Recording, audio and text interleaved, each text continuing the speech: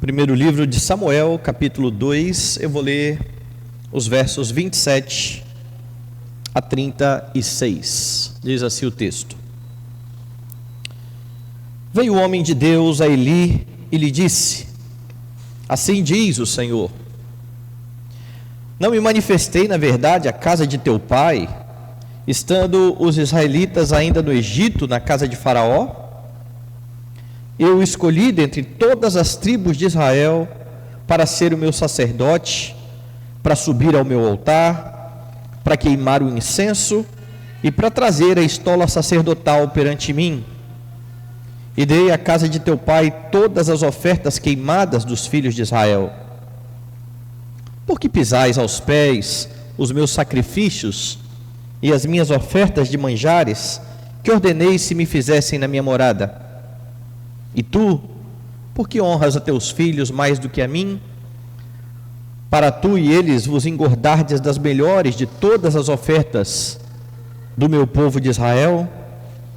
Portanto, diz o Senhor, Deus de Israel: na verdade dissera eu que a tua casa e a casa do teu pai andariam diante de mim perpetuamente. Porém agora, diz o Senhor, longe de mim tal coisa. Porque aos que me honram honrarei, porém os que me desprezam serão desmerecidos. Eis que vem dias em que cortarei o teu braço e o braço da casa do teu pai, para que não haja mais velho nenhum em tua casa.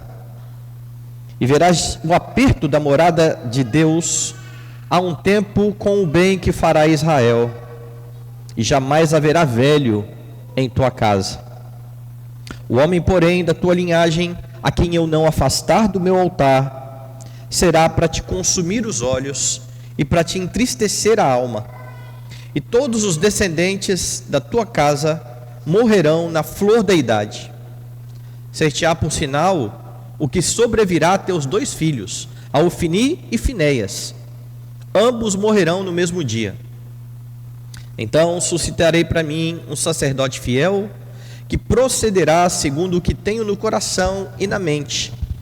Edificar-lhe-ei uma casa estável, e andará ele diante do meu ungido para sempre. Será que todo aquele que restar da tua casa virá a inclinar-se diante dele, para obter uma moeda de prata e um bocado de pão, e dirá: Rogo-te que me admitas a algum dos cargos sacerdotais, para ter um pedaço de pão que coma. Vamos orar. Amado Senhor e Salvador, queremos exaltar o Teu nome, queremos agradecer, porque neste dia do Senhor, na manhã do dia do Senhor, a Tua igreja mais uma vez pode se assentar diante da Tua palavra, a fim de ouvir a Tua voz. Que o Senhor fale ao nosso coração, Pai, em nome de Jesus, amém. Meus irmãos, quando Paulo escreve a sua carta aos Gálatas, a igreja dos Gálatas, ele faz uma afirmação bastante grave. Ele diz assim lá no capítulo 6: de Deus não se zomba. Aquilo que o homem semear, isso também ceifará. A lei da semeadura, como nós chamamos, pode ser vista de forma muito clara nesse texto que foi lido na manhã de hoje. Lembre que os versículos anteriores descreveram os pecados dos filhos de Eli, preparando então os leitores aqui do livro de Samuel para aquilo que vai ocorrer no texto que nós lemos.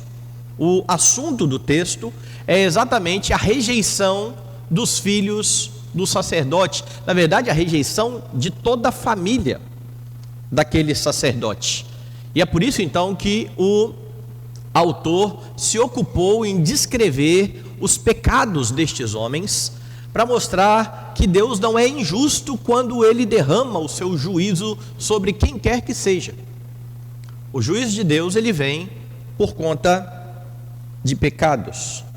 E você pode notar nos versículos anteriores que, além dos pecados expressos dos filhos de Eli, que desprezavam as ofertas do Senhor, houve também o pecado de negligência do próprio sacerdote na criação dos seus filhos. porque Eli ignorava os pecados dos seus filhos. Quando ele chegou a corrigir os filhos, foi pela razão errada, foi porque as pessoas começaram a reparar e a falar dos seus filhos. Mas no meio disso tudo, ele faz uma afirmação bastante solene, mostrando aos filhos o quão grave é a ofensa feita diante do Senhor. O texto então que nós lemos nessa manhã vai mostrar o que ocorre quando você não honra a Deus. Porque foi isso que esses homens fizeram. Eles não honraram ao Senhor. O que acontece quando alguém não honra a Deus? Se você não honra a Deus, o texto mostra que você será julgado. Dê uma olhada aí no verso 27. No verso 27 você percebe que Deus usa um servo anônimo. Nós não sabemos quem foi este homem para anunciar o juízo. Diz assim: veio um homem de Deus a Eli e lhe disse: assim diz o Senhor. Apesar de você não ter ideia de quem é este homem, você sabe que este homem está falando em nome de Deus, e aquilo que ele fala tem o peso da autoridade do Senhor. Ele é um profeta do Senhor que inicia a sua fala com assim diz o Senhor, ou seja, aquilo que será anunciado é algo que de fato irá ocorrer, porque tem a garantia de vir da boca do próprio Deus. E então ele diz: não me manifestei na verdade à casa de teu pai, estando os israelitas ainda no Egito, na casa de Faraó. E então o que este homem começa a fazer aqui é anunciar, antes do juízo, o grande privilégio que fora dado à família de Arão, de quem Eli era um descendente. A questão sacerdotal não começa com Eli e com seus filhos. Eli, na verdade, é somente um descendente desse grande privilégio que foi dado à família de Arão. Abra sua Bíblia em Êxodo, capítulo 29, e você tem assim no verso 9. Êxodo 29, verso 9. Eu vou ler a partir do 8.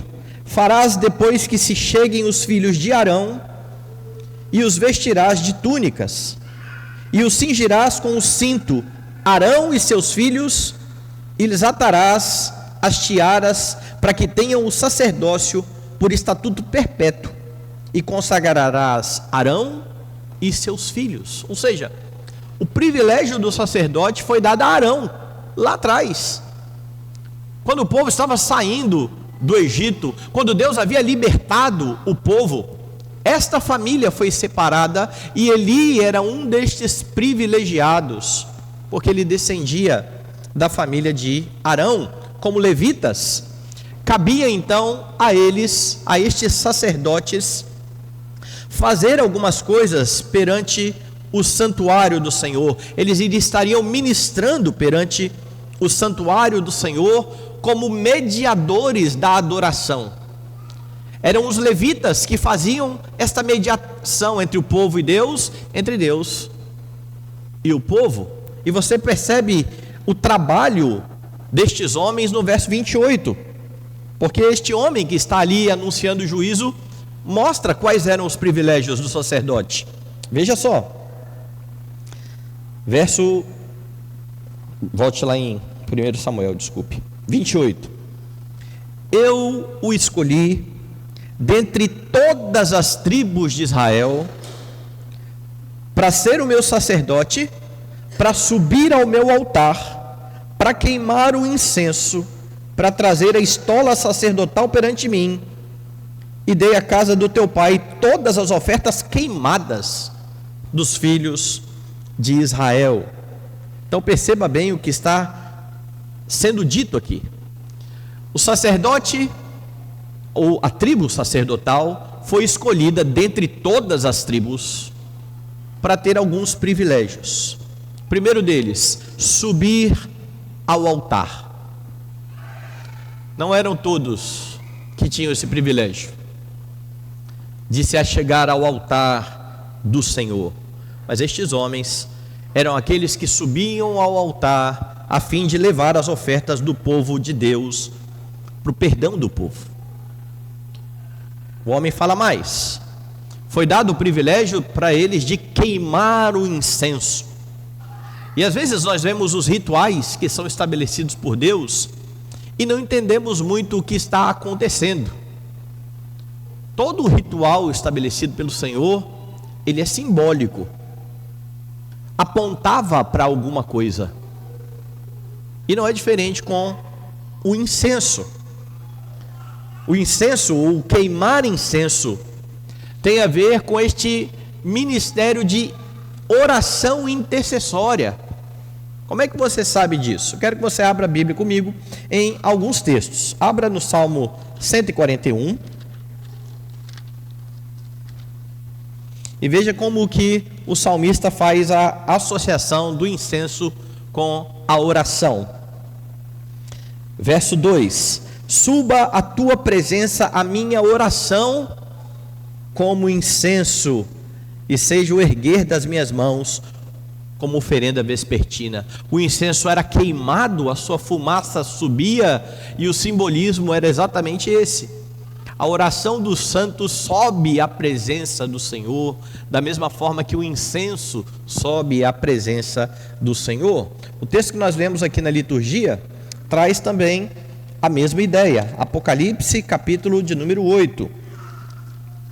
Diz assim o texto no verso 3: veio outro anjo e ficou de pé junto ao altar, com um incensário de ouro, e foi-lhe dado muito incenso para oferecê-lo com as orações de todos os santos sobre o altar de ouro que se acha diante do trono, e da mão do anjo subiu à presença de Deus a fumaça do incenso com as orações dos santos. Então, quando você tem Deus estabelecendo a questão do incenso queimado, tem a ver exatamente com este ministério de oração, de intercessão, que era feito pelo sacerdote, e isso está sendo lembrado aqui. Vocês foram escolhidos para queimar incenso. Mas há mais um privilégio que é colocado aqui.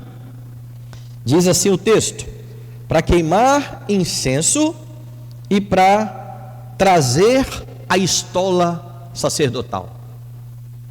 O sacerdote tinha uma vestimenta diferente, e na vestimenta do sacerdote havia uma estola, e nessa estola sacerdotal havia 12 pedras.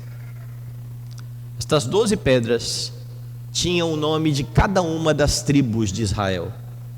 E todas as vezes que o sacerdote colocava essa estola sacerdotal e entrava então no local, no altar do Senhor ou no Santo dos Santos, ele entrava ali não somente como o sacerdote em seu próprio nome, mas ele levava em seu peito os nomes das tribos de Israel. Nós cantamos agora há pouco isso. Meu nome em suas mãos está escrito em seu coração. Não foi isso que nós cantamos? A menção da música é exatamente isso. A este trabalho do sacerdote de levar perante o Senhor, de mediar as tribos de Israel perante o Senhor. Abra o livro de Êxodo no capítulo 28. Veja o verso de número 15, que diz assim: farás também o peitoral do juízo, de obra esmerada, conforme a obra da estola sacerdotal farás, de ouro e estofa azul, e púrpura e carmesim, e linho fino retorcido, o farás. Era assim também chamado o peitoral do sacerdote. Era o peitoral do juízo. Vá agora no verso de número 21. As pedras serão conforme os nomes dos filhos de Israel, 12, segundo os seus nomes, serão esculpidas como sinetes, cada uma com o seu nome, para as 12 tribos. O que este homem então está anunciando a Eli olha, Deus escolheu esta família, a família de Arão, da qual você faz parte, para ter um imenso privilégio. Vocês são aqueles que sobem ao altar, que intercedem pelo povo com as orações. Vocês são os representantes do povo. Vocês mediam a adoração. E diante de todo esse privilégio, havia também o privilégio de eles se alimentarem de parte das ofertas. E nós já vimos que um dos pecados desses homens era exatamente pegar da parte que era do Senhor por conta dos desejos do seu coração. Eles simplesmente desprezavam todo este privilégio. Ou seja, a despeito de todo o privilégio concedido por graça do Senhor à família de Arão, estes homens não estavam se portando de maneira santa. Eles não estavam vivendo à altura do seu chamado ou do seu cargo. E é por isso que eles estão sendo julgados pelo Senhor. Quando você não honra o Senhor, o juízo é inevitável. E este juízo é anunciado exatamente pelo homem de Deus no verso 29. Por que pisais aos pés os meus sacrifícios e as minhas ofertas de manjares, que ordenei se me fizessem na minha morada? E tu, porque honras a teus filhos mais do que a mim, para que tu e eles vos engordardes das melhores de todas as ofertas do meu povo de Israel? O melhor do povo deveria ser dedicado ao Senhor. Eles diziam: não, o melhor é meu, é para mim. E é por isso então que o juízo está sendo gravemente anunciado. Em vez de honrar aquele que era o benfeitor deles, Eli estava honrando seus filhos. Eli estava vivendo para a glória dos seus filhos, filhos que ofendiam profundamente ao Senhor, ao pegar a melhor parte e ficar para eles mesmos. E é por tudo isso, por desprezarem tão grande privilégio que lhes foi dado, que o Senhor os julgou. Meus irmãos, Deus afirmou no verso 30 algo bastante importante. Veja lá: portanto diz ao Senhor Deus de Israel, na verdade dissera eu que a tua casa e a casa do teu pai andariam diante de mim perpetuamente. Porém agora, diz o Senhor, longe de mim tal coisa, porque aos que me honram, honrarei, porém aos que me desprezam, serão desmerecidos. E é isso que está acontecendo. Aos que me honram, eu honrarei. Os que me desprezam, serão desmerecidos. Infelizmente, o que está ocorrendo aqui não é diferente daquilo que ocorre nos nossos dias. Porque há muitos que têm um grande privilégio de terem nascido em lares cristãos e de fazer parte do povo da aliança, como cantamos agora há pouco. A igreja de Cristo é o povo do pacto, é o povo da aliança. Mas muitos que têm esse grande privilégio fazem pouco caso dessa bênção, desprezam este benefício. E você pode perceber isso na forma como muitos crentes têm vivido as suas vidas. Muitos, por estarem muito acostumados com esse privilégio de terem nascido num lar pactual, acabam vivendo uma vida de pecado diante do Senhor, uma vida tal qual a vida deste mundo. Pior ainda, há muitos que invejam a vida daqueles que estão lá fora da igreja, ou por não saberem do que eles foram livrados, ou por, mesmo sabendo, não entenderem a dimensão disso. E são muitos os que estão na igreja, que nasceram em um lar cristão, que reclamam, falam assim: poxa, minha vida sempre foi tudo muito certinho, sempre igreja, eu olho lá para fora, meus amigos aproveitando a vida, indo para muitas festas, por que eu não posso aproveitar um pouquinho disso também? E isso é desprezar o grande privilégio que foi dado, de desde o nascimento ser separado deste mundo e colocado no meio do povo do pacto. É não compreender imensa graça do Senhor que alcançou a sua família. Se você atentar para o ensino do nosso catecismo maior, você vai ter assim na pergunta 63: quais são os privilégios da igreja visível? Lembra que a igreja visível é isso que nós estamos chamando de o povo de Deus, o povo do pacto. Na igreja visível você tem crentes verdadeiros, na igreja visível você tem crentes nominais. Pessoas que, a despeito de professar o nome do Senhor Jesus Cristo, ainda não tiveram seus corações transformados. Entretanto, mesmo estes, que fazem parte da igreja visível, têm privilégios. E então o catecismo responde da seguinte maneira: a igreja visível tem o privilégio de estar sob o cuidado e governo especiais de Deus, de ser protegida e preservada em todos os tempos, não obstante a oposição de todos os inimigos, e de desfrutar da comunhão dos santos, dos meios ordinários de salvação e das ofertas de graça feitas por Cristo a todos os membros dela, no ministério do Evangelho, testificando que todo o que crer nele será salvo, não excluindo a ninguém que queira ir a ele.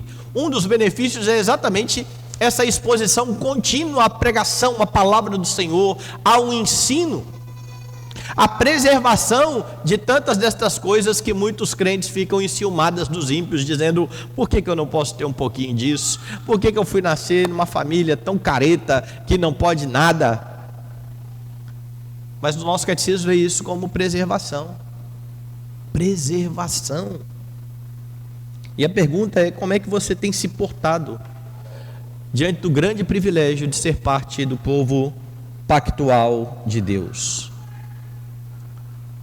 Se você não tem buscado uma vida de santidade, se você não tem buscado crescer no conhecimento do Senhor, se você não tem se esforçado para subjugar os desejos da sua carne, se você tem lidado de qualquer forma com o relacionamento com o corpo de Deus, com o dia do Senhor, o dia da adoração, você está negligenciando tudo aquilo que o Senhor Deus tem oferecido a você por graça. Se você não tem buscado crescer no conhecimento da Escritura, se você não tem buscado guardar no coração a palavra de Deus para não pecar contra Ele, você está negligenciando o que o Senhor Deus te deu. Mas lembre que todos aqueles que não honram o Senhor são julgados. Estes homens estão sendo julgados, e o julgamento para aqueles que têm grandes privilégios é ainda maior do que o julgamento para aqueles que não tiveram tais privilégios.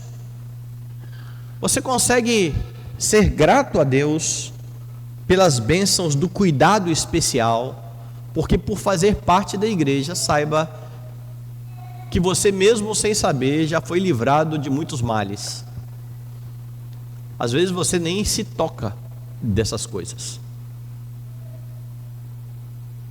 Nós precisamos agradecer ao Senhor por tão grandes benefícios, porque mesmo com tantos benefícios, você não tem honrado o Senhor, não pense que você vai se livrar do juízo trazido à casa de Eli. O mesmo juízo estará sobre você.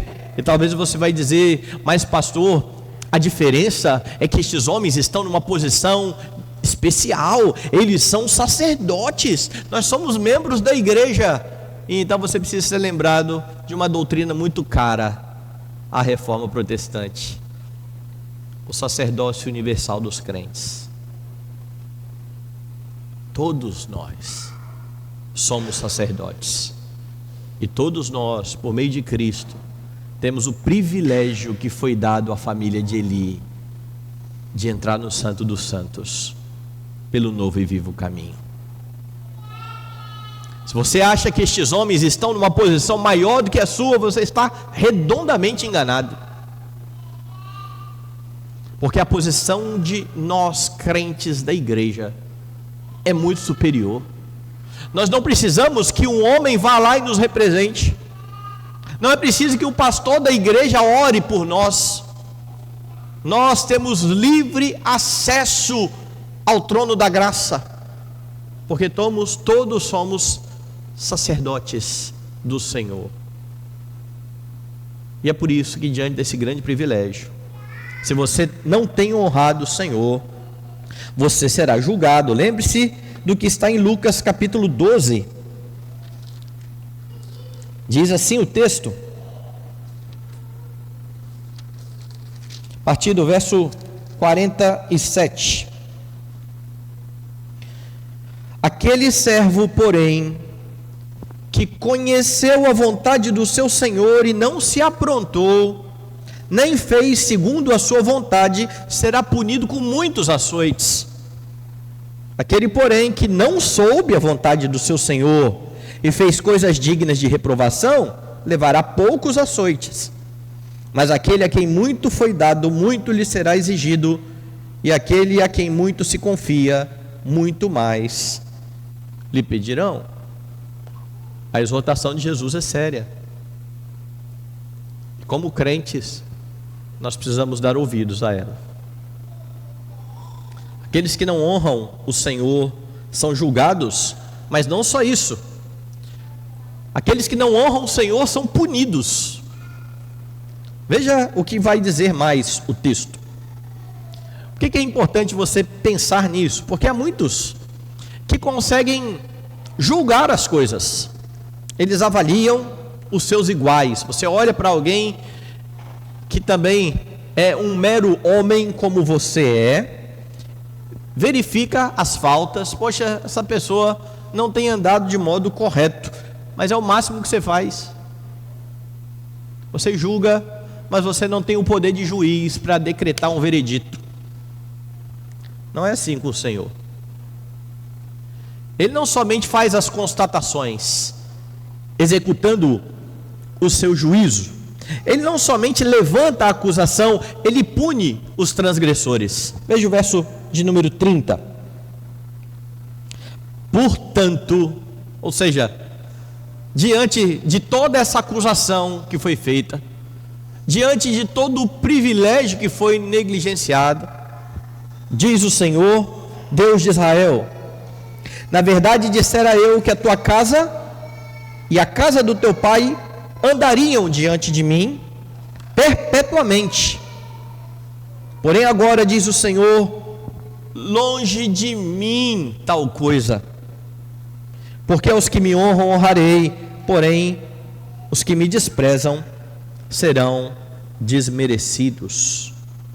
Portanto, ou seja, diante disso, quem me despreza será desmerecido. O que se segue então, meus irmãos, é a consequência, é a grave consequência de não se honrar o Senhor. Todos os que desprezam o Senhor serão desprezados por Ele. E Jesus diz algo semelhante, também lá em Lucas capítulo 12. Eu peço que você abra de novo. Lucas capítulo 12, a partir do verso 8. Digo-vos ainda, todo aquele que me confessar diante dos homens, também o Filho do Homem o confessará diante dos anjos de Deus, mas o que me negar diante dos homens, será negado diante dos anjos de Deus. O que Jesus está falando aqui está em pleno acordo com aquilo que Deus está anunciando à casa de Eli. Então, quando a igreja agora, coletivamente, faz vistas grossas aos pecados dos membros, e nessa igreja não existe disciplina, e tem muitas pessoas que se orgulham, a nossa igreja, ela não pune, ela é uma igreja amorosa, ela acolhe as pessoas que pecaram, mas não é isso que a Escritura diz. Quando uma igreja age assim e não disciplina aqueles que estão pecando, o que ocorre é o mesmo que está ocorrendo no tempo de Eli. igrejas assim também serão punidas pelo Senhor. Se você lembrar, em Apocalipse há uma igreja que é repreendida pelos seus pecados, que é chamada ao arrependimento, e Deus diz: olha, e se vocês não se arrependerem, eu virei e moverei o candeeiro do lugar. Lá em Apocalipse, o candeeiro é a igreja. Procure essa igreja. Esta igreja foi retirada do lugar. E muitas igrejas já acabaram. E é com isso eu não estou falando a igreja gloriosa do Senhor, as igrejas locais. O liberalismo varreu as igrejas da Europa.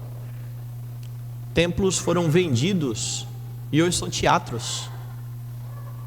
Tudo isso é sinal do juízo de Deus para uma igreja que deixa de honrá-lo, porque foi isso que o liberalismo teológico fez, deixou de honrar o Senhor. É por causa disso que os reformadores insistiam que uma das marcas da verdadeira igreja é o fiel exercício da disciplina. Se não há disciplina, esta não é uma igreja do Senhor. Mas não é o pecado só da igreja. Há muitos ministros, há muitos pastores, há muitos oficiais da igreja que há muito deveriam ter sido despojados e não foram, por razões diversas, por política eclesiástica. Pastores, presbíteros, em pecado, transgredindo a lei do Senhor, e as igrejas e presbitérios muitas vezes fazendo vistas grossas, porque honram mais esses homens do que estão honrando a Deus, porque consideram mais estes homens do que consideram a Deus.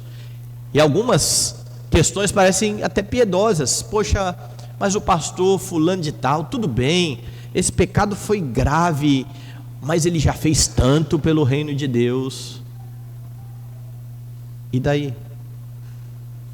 Primeiro foi que Deus fez por meio dele. Essa é a primeira questão. A segunda é que aquilo que nós fazemos para a glória de Deus não serve de crédito para diminuir o peso da disciplina do Senhor quando nós pecamos. Não é assim que funciona. Porque para que pecados fossem cancelados, o Filho de Deus foi cravado na cruz.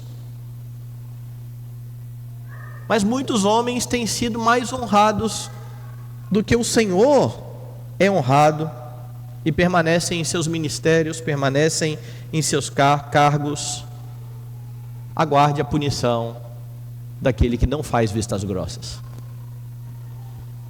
O Senhor que está punindo a família de Eli a seu tempo, trará também o seu juízo sobre estas coisas.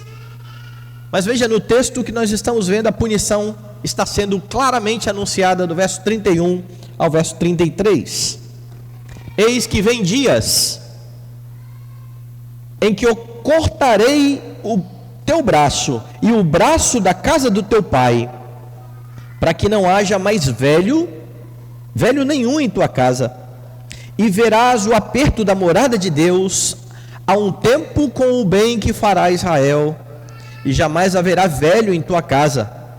O homem, porém, da tua linhagem, a quem eu não afastar do meu altar, será para te consumir os olhos e para te entristecer a alma, e todos os descendentes da tua casa morrerão na flor da idade. Preste bem atenção no juízo, na punição que Deus está anunciando. É uma punição muito dura. Primeiro, todos os filhos morreriam, e os que não morressem levariam tristeza ao coração de Eli, trariam desgosto. Você imaginou o que é isso? Você está honrando os seus filhos, pois eu vou matar os seus filhos. Você está fazendo vistas grossas ao pecado dos seus filhos, pois eles serão punidos. E o que não morrer vai ser para você olhar para eles e ter tristeza. Não é algo fácil de se ouvir. É uma punição bastante dura. Para ver o cumprimento desta promessa, você precisa e até o capítulo 22, aqui mesmo, do livro de Samuel. Então avança aí algumas páginas da sua Bíblia. Do verso 6 ao verso 23, você tem o enunciado aí na sua Bíblia. Saul mata todos os sacerdotes de Nobe. O que vai acontecer aqui? Por meio de Doeg, acontecerá a chacina de todos estes homens. Veja aí o que o texto vai dizer. Ouviu Saul que Davi e os homens que o acompanhavam foram descobertos, achando-se Saul em Gibeá, debaixo de um arvoredo, numa colina, tendo na mão a sua lança e todos os seus servos com ele, disse a todos estes: ouvi, peço-vos, filhos de Benjamim, dar-vos-á também o filho de Jessé, a todos vós, terras e vinhas, e vos fará a todos os chefes de milhares e chefes de centenas, para que todos tenhais conspiração contra mim. Saul está então aqui, pensativo no que vai acontecer.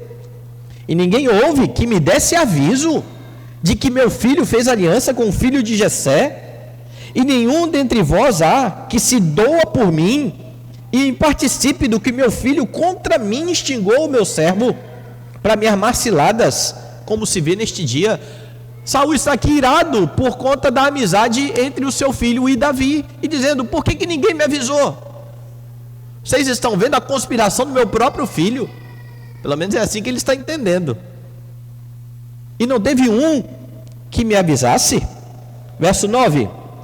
Então respondeu Doeg, o edomita, que também estava com os servos de Saul, e disse: vi o filho de Jessé chegar a Nobe, a Aimeleque, filho de Aitube, e como Aimeleque, a pedido dele, consultou o Senhor, e lhe fez provisões, e lhe deu a espada de Golias, o filisteu. Está dizendo: olha, o sacerdote ajudou, viu? Deu a espada de Golias para Davi. Eu vi. Doeg vai lá e faz uma grande fofoca, na verdade.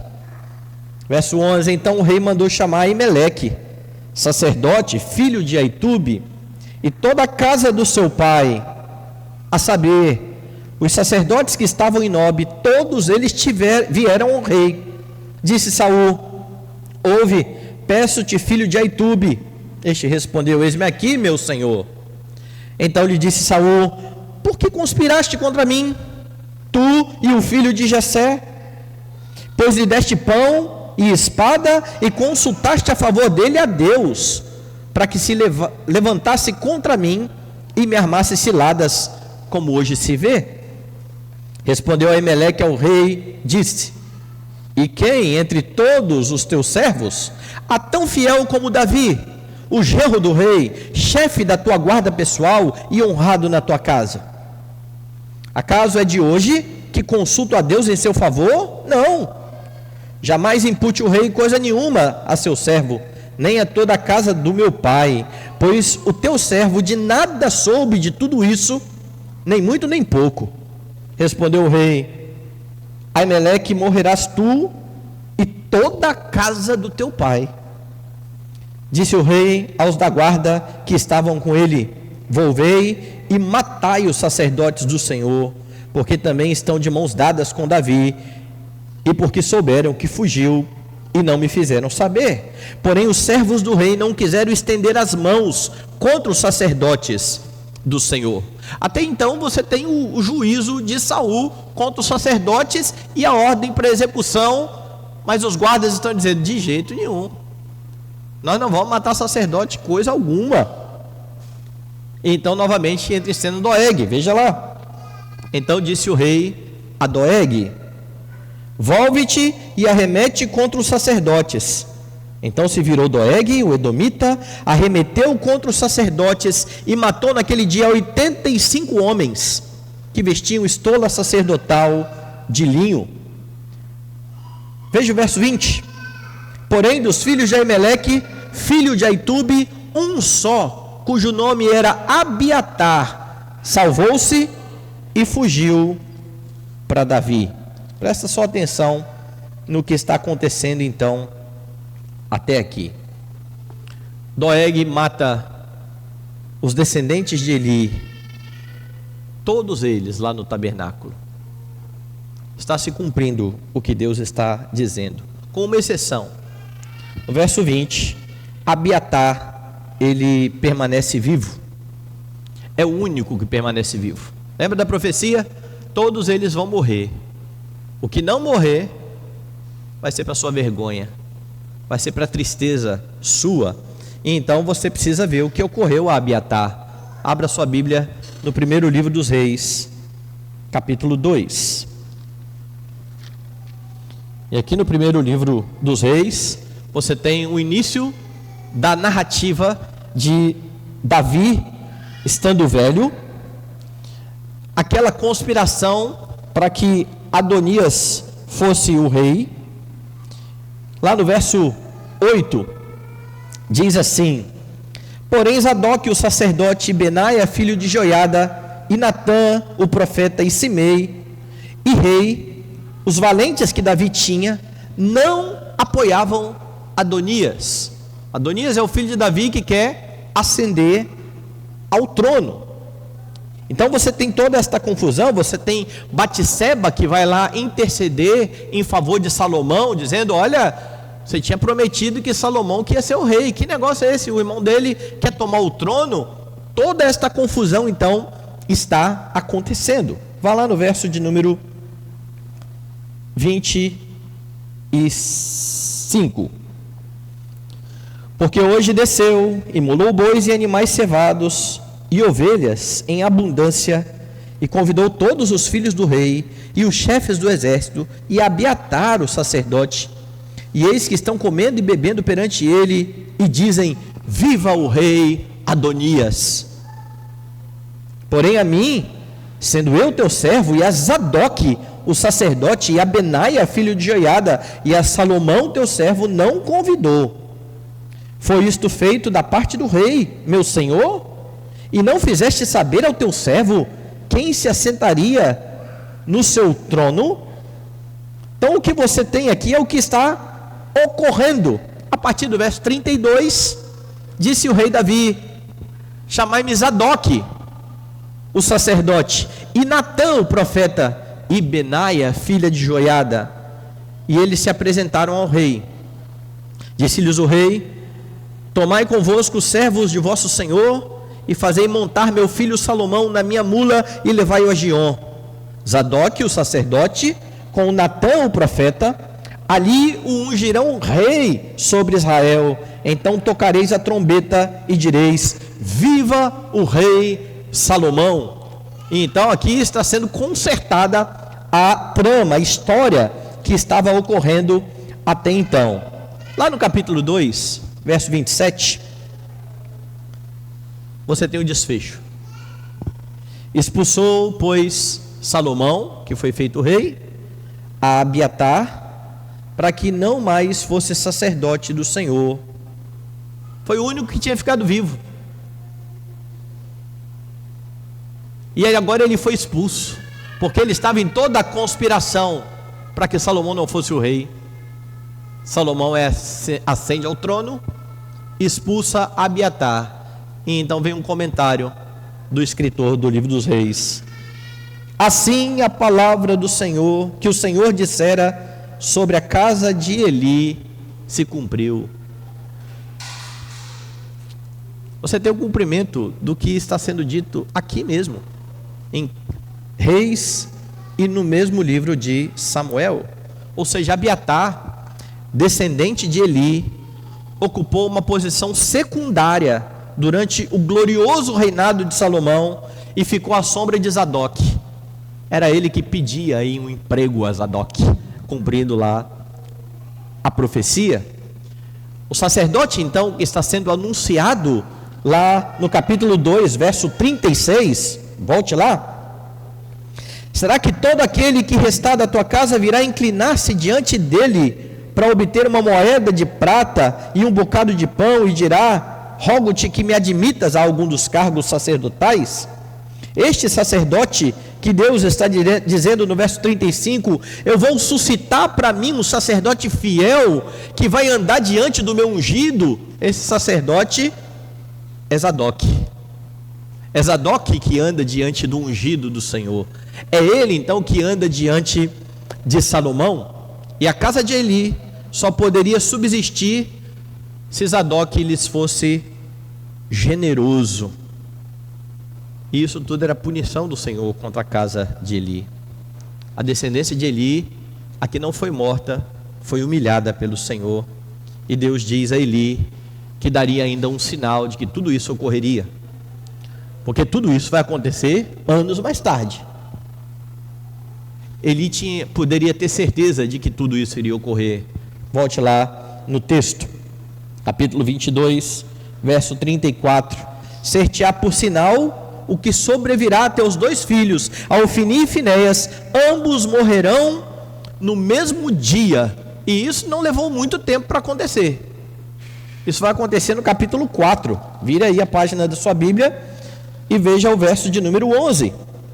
Foi tomada a arca de Deus e mortos os 2 filhos de Eli, Ofni e Finéias. Deus pune aqueles que não honram. E estas histórias estão aqui, como diz Paulo, para o nosso ensino. O Senhor derrama de fato a sua ira contra aqueles que desprezam a Ele. Então, se você teve o privilégio de nascer num lar pactual, ou mesmo de se converter mais tarde e ter vindo à igreja, participar agora de um lar pactual, se você teve a alegria de estar junto do povo da aliança e tem desprezado tudo isso, tem negligenciado tudo isso, atente bem. Aos que me desprezam, eu vou desprezar, diz o Senhor. O que o homem planta, ele colhe. De igual forma, todos aqueles que ouvem o chamado do Evangelho e rejeitam, um dia se encontrarão com esse Deus zeloso, que enviou o seu Filho a fim de morrer por pecadores, para que pecadores pudessem ser readmitidos em sua presença. E nesse dia, meus irmãos, não haverá mais graça, não haverá mais misericórdia, não haverá mais tolerância. Esse é o grande e terrível dia do Senhor. Nesse dia haverá apenas a justa paga àqueles que desprezaram o Santo de Deus. E isso torna urgente a mensagem do Evangelho, o ensino aos filhos, o anúncio aos que estão fora da igreja. Todos aqueles que não se dobrarem ao Senhor, um dia serão punidos. É por isso que o Salmo 2 chama a atenção dos homens: beijai o filho, para que ele não se irrite, dentro em pouco se lhe inflamará a sua ira. Tem muita gente aí vivendo a sua vida de qualquer forma, honrando, trazendo glória para si mesmo, sem se importar com aquele que é o único digno de glória e louvor, e sem tomar conhecimento de que quem não honra ao Senhor será punido. O texto então é grave, e ele mostra de forma muito clara que se você não honra a Deus, você será julgado, você será condenado. Mas perceba bem, ao mesmo tempo em que o Senhor rejeita a casa de Eli, ele anuncia este sacerdote fiel, que eu disse, se cumpriu em Zadok. Veja de novo o verso 35. Então suscitarei para mim um sacerdote fiel, que procederá segundo o que tenho no coração e na mente.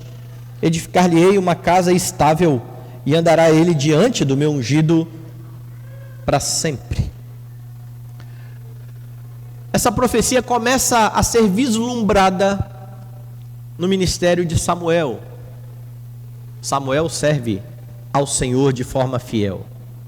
Essas palavras se cumprem cabalmente quando Zadok assume o sacerdote, e então toda a família de Eli, os que não tinham sido mortos, o que sobrou é agora humilhado. Mas tudo isso aponta de forma inequívoca para aquele que é o sacerdote perfeito, que permanece para sempre na presença do Senhor. Tudo isso aponta de forma inequívoca para a pessoa bendita de Jesus Cristo, porque Ele é quem cumpre de forma perfeita o trabalho dos sacerdotes. Porque se foi dado ao sacerdote o privilégio de subir ao altar do Senhor para representar o povo de Deus, a cruz foi o altar onde o sacerdote perfeito ofereceu a si mesmo como oferta agradável diante do Senhor. Abra sua Bíblia em Hebreus capítulo 7.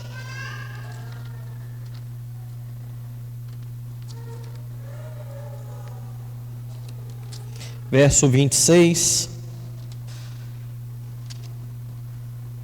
Com efeito, nos convinha um sumo sacerdote como este, santo, inculpável, sem mácula, separado dos pecadores e feito mais alto que os céus, que não tem necessidade, como os sumos sacerdotes, de oferecer todos os dias sacrifícios, primeiro por seus próprios pecados, depois pelos do povo, porque fez isto uma vez por todas, quando a si mesmo se ofereceu.